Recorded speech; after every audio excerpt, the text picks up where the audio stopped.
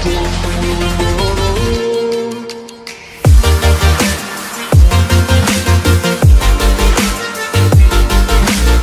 Tuhan, kita jumpa lagi dalam PHP Pemberi Harapan Pasti bersama saya Pastor Jumadi Situmeang.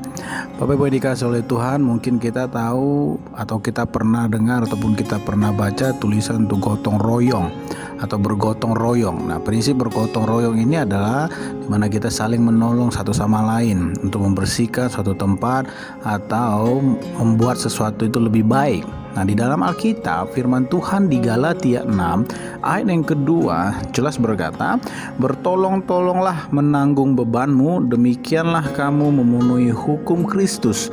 Nah, Bapak Ibu yang dikasihi oleh Tuhan, Alkitab dengan jelas berkata, "Bertolong-tolonglah menanggung bebanmu." Bertolong-tolonglah menanggung beban. Nah, kita tahu bahwa pada waktu kita bertolong-tolongan, maka kita percaya setiap beban apapun itu pasti akan bisa kita pikul bersama-sama. Nah, Alkitab berkata, menanggung beban bisa saja kita menolong orang yang memerlukan bantuan, baik pada saat dia sakit, dia perlu pertolongan kita. Nah, di sini ayat firman Tuhan berkata, Alkitab berkata, kita harus bertolong-tolongan. Pada waktu dia sakit kita menolong dia, yaitu apa? Mungkin kita menjenguk dia atau kita menjaga dia ataupun keluarganya. Bahkan juga yang memerlukan bantuan, mungkin dalam kesusahan, kesulitan dalam hal keuangan atau hal yang lain. Jelas sekali firman Tuhan ini meminta supaya kita sebagai orang-orang yang percaya kepada Yesus Kristus untuk kita untuk saling bertolong-tolongan menanggung bebanmu. Maksudnya apa? Kalau kita tahu bahwa orang-orang di sekitar kita itu sama-sama pengikut Kristus itu ada beban, mari kita juga memikul beban dia. Supaya apa? Beban yang dia pikul itu boleh ringan. Karena apa? Alkitab berkata, demikianlah kamu akan memenuhi hukum Kristus. Apa hukum Kristus? Hukum Kristus yang utama adalah kasihilah Tuhan Allahmu. Tapi hukum yang sama juga adalah kasihilah juga sesamamu. Ini yang Tuhan maksud pada waktu kita bertolong-tolong untuk menanggung beban sesama kita. Berarti kita memenuhi hukum Kristus itu apa? Kita mengasihi saudara kita. Kita mengasihi sesama kita. Inilah hukum yang terutama dan yang utama di dalam firman Tuhan, itu apa? Kita mengasihi Tuhan Allah kita dan juga kita mengasihi sesama. Hubungan kita dengan Tuhan dan hubungan dengan sesama kita umat pilihan Tuhan.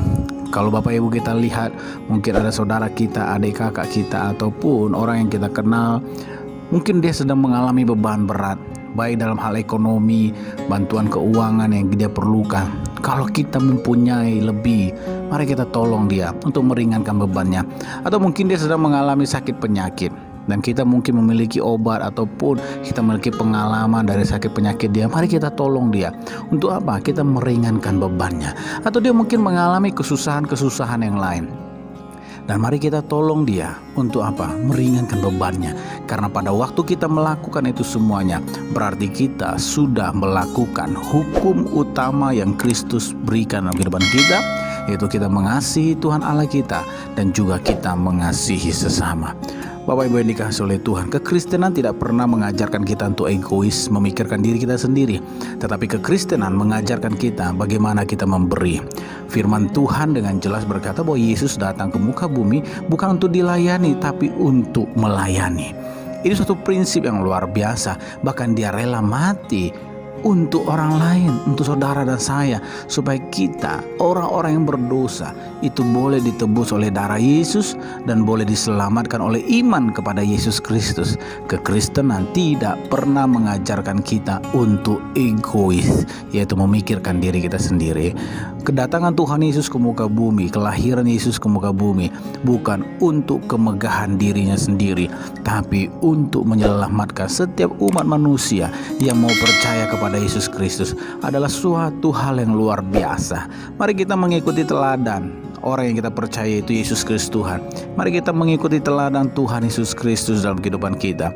Kita belajar untuk hidup tidak egois, memikirkan diri kita sendiri, tapi kita mulai mengambil beban daripada orang-orang yang ada di sekitar kita, supaya itu orang tua kita, adik kita, kakak kita, abang kita, bahkan mungkin teman-teman seiman kita.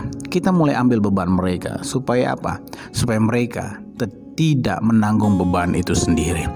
Saya percaya hari ini Roh Kudus mengalir memenuhi hati kita dan mengubahkan seluruh kehidupan kita. Mari kita berdoa. Bapa, terima kasih buat kebenaran firman-Mu. Biarlah kami mau memenuhi hukum Kristus, yaitu kami mau mengasihi Tuhan Allah kami dan mengasihi sesama kami manusia. Kami mau bertolong-tolongan untuk menanggung beban daripada saudara-saudara kami, Tuhan. Berikan kami kekuatan untuk melakukannya, Bapa. Di dalam nama Tuhan Yesus Kristus kami berdoa syukur. Haleluya. Amin. Tuhan Yesus memberkati.